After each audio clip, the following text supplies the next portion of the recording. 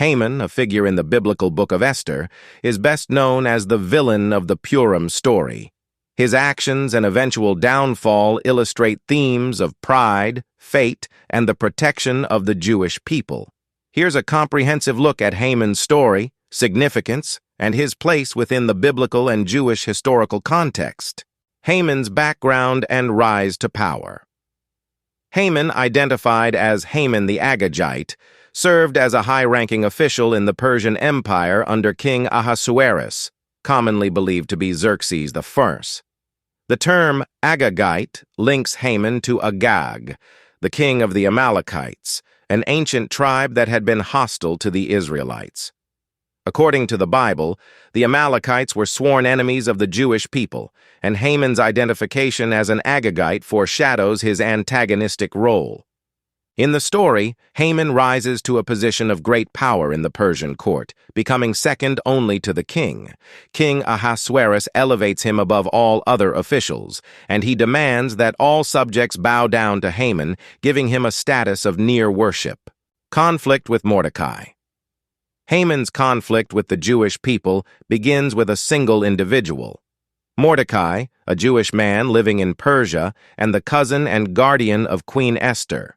Mordecai, a devout Jew, refuses to bow down to Haman, following Jewish law that prohibits idol worship or the worship of human figures. This refusal incenses Haman and wounds his pride deeply, driving him to seek revenge. Rather than punish Mordecai alone, Haman channels his anger into a broader hatred, targeting all Jews in the Persian Empire.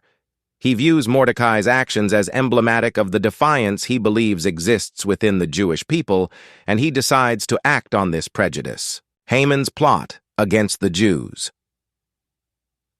Haman approaches King Ahasuerus with a scheme to eliminate the Jewish people. He presents the Jews as a scattered, separate, and potentially disloyal people within the empire who follow their own laws and customs. Convincing the king that they are a threat, Haman requests permission to issue a decree to have them annihilated. In return for this permission, Haman offers the king a large sum of money, effectively funding his genocidal plan with his own wealth. The king, either unaware or indifferent to the details, grants Haman authority over the fate of the Jews in his kingdom and gives him his signet ring to authorize the decree. Haman then casts lots to determine the date of the massacre, a custom that reflects the role of fate and chance. The date falls on the 13th day of the month of Adar, setting a chilling deadline for Haman's plot. Queen Esther's intervention. Unbeknownst to Haman, Queen Esther, the king's beloved wife, is herself Jewish. Mordecai, upon learning of Haman's decree, dons sackcloth and ashes and publicly mourns. He reaches out to Esther, urging her to intercede with the king and plead for the survival of her people. Esther faces a dangerous choice. Persian law dictates that no one may approach the king uninvited without risking death. However, in a brave move, Esther agrees to risk her life for her people, famously declaring, "If I perish, I perish." She invites the king and Haman to a banquet, then to a second banquet, during which she reveals her identity as a Jew and exposes Haman's plot against her people, Haman's downfall. Upon hearing Esther's revelation, the king is outraged. He leaves the banquet in anger, and when he returns, he finds Haman falling onto Esther's couch, begging for his life. Misinterpreting this as an assault on the queen, the king orders Haman's immediate execution. Ironically, Haman is hanged on the very gallows he had constructed for Mordecai, a poetic justice often highlighted in retellings of the story. The aftermath, the celebration of Purim. With Haman dead, the Jewish people are still under the threat of the decree he issued. However, King Ahasuerus permits Esther and Mordecai to issue a new decree allowing the Jews to defend themselves against any attackers on the appointed day. On the 13th of Adar, the Jewish people successfully defend themselves, defeating those who would have harmed them. This victory is celebrated annually as the holiday of Purim, a joyous commemoration of the survival of the Jewish people and the defeat of their enemies. Significance of Haman in Jewish tradition. Haman's story holds lasting significance in Jewish tradition for several reasons. 1. Representation of evil and anti-Semitism. Haman's irrational hatred of the Jews and his desire to annihilate them have made him a symbol of anti-Semitism throughout Jewish history.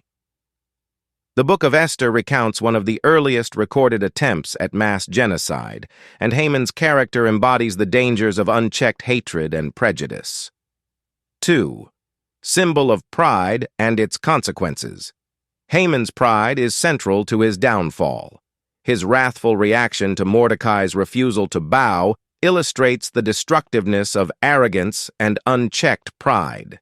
His rise and fall serve as a cautionary tale against pride, showing how those who seek to harm others often fall victim to their own schemes. 3. Providence and faith. In the Book of Esther, God is never explicitly mentioned. Instead, the story is seen as an example of divine providence working through seemingly ordinary events. Haman's casting of lots to determine the day of the massacre, an attempt to leave the fate of the Jews to chance, is countered by the intervention of Esther and Mordecai, suggesting that a higher power watches over the Jewish people even in times of concealment. 4. Celebration and joy. Haman's defeat and the Jewish people's deliverance are celebrated through Purim, a holiday marked by joy, feasting, and giving to the poor.